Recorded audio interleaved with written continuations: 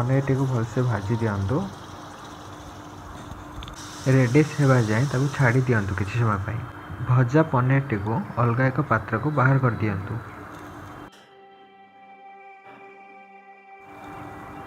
आवश्यकता अनुसार आलू नियंतु।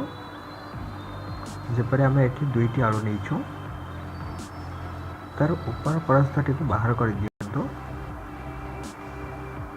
ऊपर चोपाटी को संपूर्ण रूपे बाहर कर दिंतु।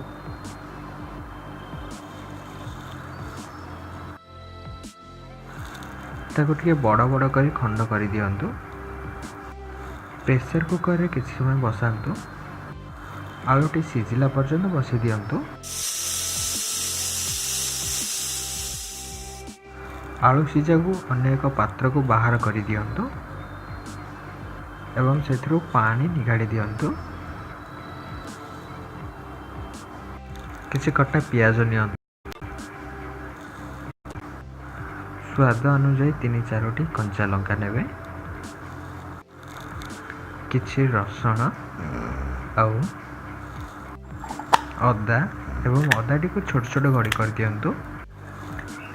कटा अदा एवं रसुण को भल भाव में ग्राइंडिंग कर दिंतु।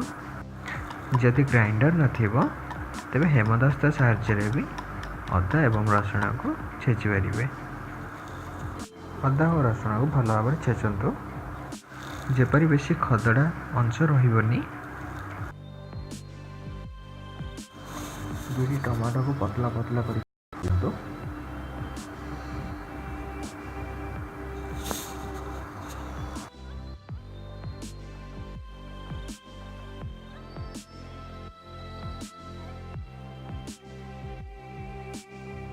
आवश्यकता अनुसार ग्रीन मटर नियंतु।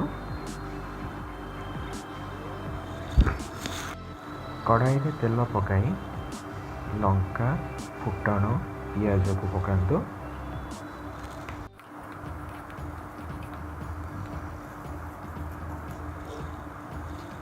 पियाज टी को भल भाव में भाजी दिंतु। अदा रसुण छेचा को पियाज सह पकाई पुणी टिके भाजतु।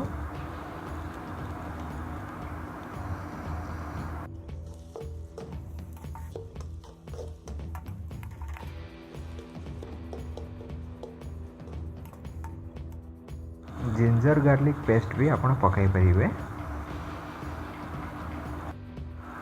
जिंजर गार्लिक पेस्ट पकैला परे भलसे पुणी भाजी दिंतु।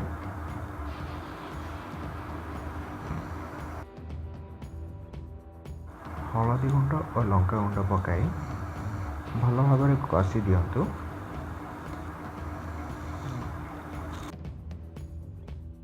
बर्तमान मसला गुंड पकातु।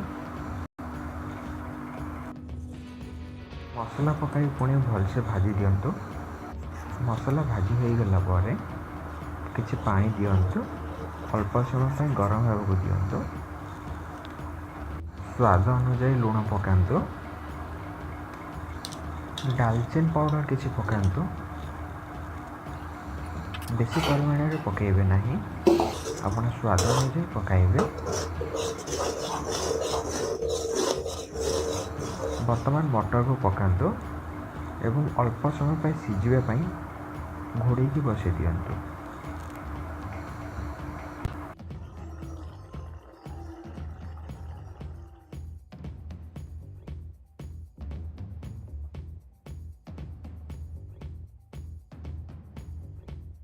वर्तमान सीधा आलू को पकाई भल भाव में कसंतु।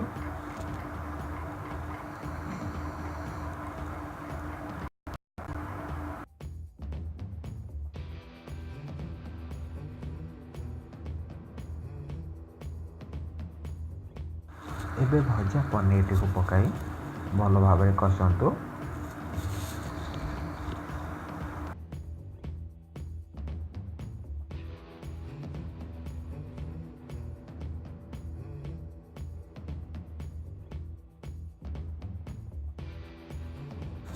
अल्प पानी पकाई भलसे घाटी दिंतु।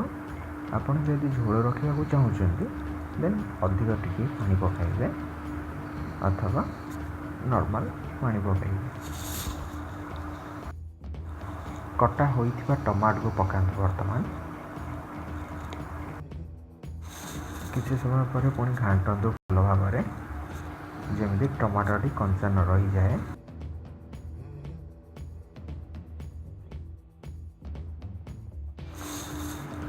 ବର୍ତ୍ତମାନ ଆମର ପାଖାପାଖି ହୋଇସାରିଛି। ଏବେ ଆମର ମଟର ପନିର ତରକାରୀ ପ୍ରସ୍ତୁତ ହୋଇସାରିଛି।